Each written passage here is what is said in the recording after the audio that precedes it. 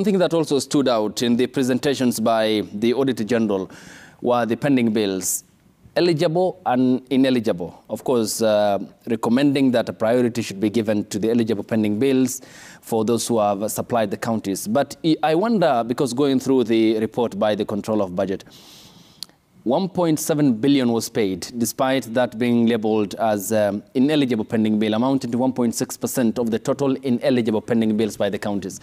Then does it not raise questions, even as the governors want more money to be transferred to the counties, why ineligible pending bills were paid?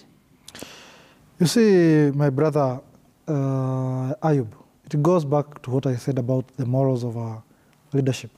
We have the right rules, we have the structures, but people who we have put in office just choose to abuse their offices through other dubious means.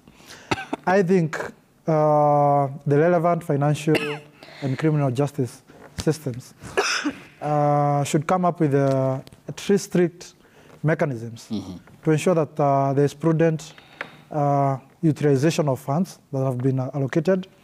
Also, how we pay the bills, the various bills that are incurred by these devolved units, so that there is accountability. And again, there should be follow-ups, paper follow-ups.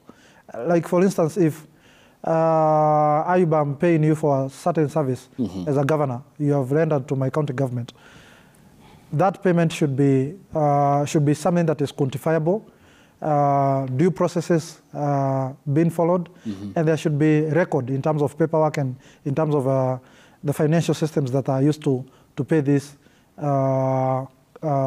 individuals or companies that have rendered services to the counties. Another thing I want to say is that I think the COG, Council of Governors, need to be creative in terms of resource mobilization.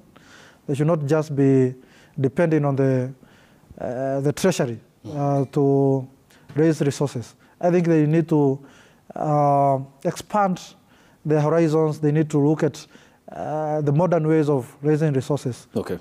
For instance, engaging development partners, utilization of the resources that are in our counties. I've seen there was a discussion on mining. I was privileged to meet the Principal Secretary of Mining, CPA Jamwangi, and I talked in depth to him in regards to why we should be utilizing the endowed resources that we have as a nation. I was giving an example of the World Cup that was hosted in Qatar. And I was giving the example of how the Middle East has been able to turn the desert they have there by utilizing the oil or another resources that they have been endowed with to meet their developmental agenda. And I was telling him that it is time, and I want to say this even on this station, that the county governments and other office bearers need to utilize the resources, the natural resources that we have been given, so that we are not caught in time. Like, for instance, let me give an example. Today, if you mine coal, the international systems will be on your neck.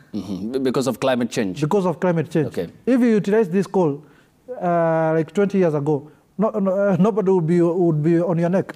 Sometimes if we don't utilize these resources, the global dynamics in some few years' times will render some of these resources that we hold to be obsolete, and they might not be of help to us. Which calls for thinking ahead. Exactly, and that's why I'm saying that the governors and the people who are holding offices need to utilize or need to be creative enough in terms of mobilizing resources for their developmental agenda.